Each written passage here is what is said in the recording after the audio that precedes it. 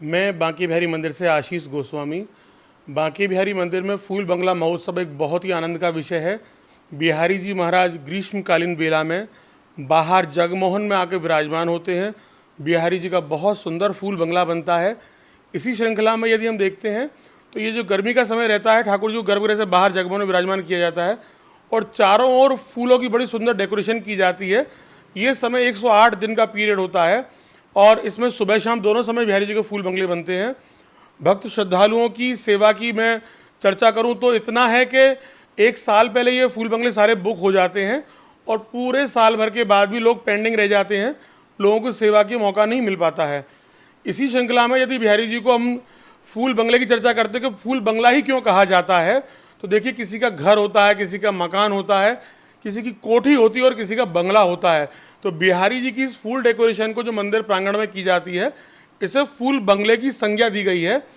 कहने का भाव है कि बिहारी जी को जिस समय स्वामी हरिदास जी महाराज ग्रीष्मकालीन वेला में लता पताओं में बहुत सुंदर खस की टटियाओं के बीच में विराजमान किया करते थे, लेकिन आज ये भक्तों की भक्ति की पराकाष्ठा है, सेवा की अतियोक्ति है कि जिस समय भगवान को चारों तरफ फूलों सजाया जाता है। सफ़ेद फूल कुंद के फूल हैं, रायवेल के, चमेली के, चंपा के, गुलाब के, बड़े सुंदर रजनीगंधा के खुशबूदार फूल होते हैं। बिहारी जी का इतना दिव्य श्रृंगार होता है। भगवान की पोशाक भी फूलों की बनाई जाती है, मुकुट श्रृंगार भी फूलों का होता है। तो अति दिव्य दर्शन बिहारी जी के फूल बंगला महोत्सव में होते हैं। मैं ये चाहूँगा कि आप लोग भी आएँ, फूल बंगला श्रृंगार के दर्शन करें और बिहारी जी की सेवाओं से जुड़कर अपने आप को लाभान्वित करें। अच्छा, ये बताइए, इस बार जो फूल बंगले होने जा रहे हैं वो 19 अप्रैल से प्रारंभ होंगे, क्या सुबह शाम होंगे या सुबह ही होंगे? देखिए 19 अप्रैल से फूल बंगले जो 2024 में चल रहे हैं, इसमें बिहारी जी के दोनों समय फूल बंगले बन रहे हैं। सुबह अलग बनेंगे, शाम को अलग बनेंगे और इसी प्रकार से ये पूरे 108 दिन सावन की अमावस तक ये फूल बंगले बनते रहेंगे। और अमावस को फूल बंगले विश्राम होने के बाद 2 दिन के बाद जब हरियाली तीज का त्यौहार पड़ेगा, तब बांके बिहारी जी महाराज को जगमोहन से बाहर मंदिर प्रांगण में विराजमान किया जाता है। सोने का बिहारी जी का बहुत सुंदर हिंडोला है, उसमें भगवान को विराजमान करने के बाद भक्तों को दर्शन होते हैं।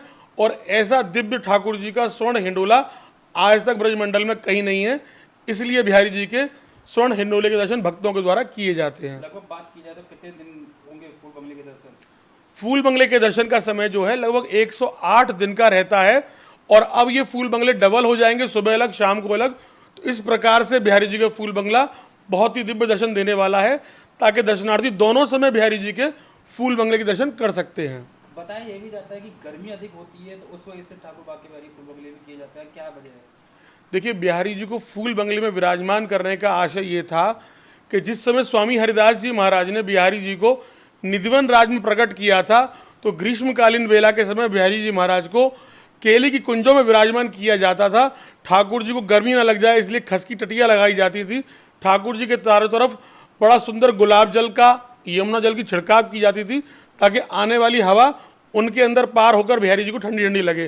लेकिन अब वो और सुंदर और वृद्ध किया गया है, तो बिहारी जी को फूलों में विराजमान किया जाता है। फूलों का श्रृंगार होता है, फूलों के वस्त्र होते हैं और पूरा सुंदर बिहारी जी का फूल बंगला होता है। तो इसलिए अब वो आनंद फूल बंगले में परिवर्तित हो गया है।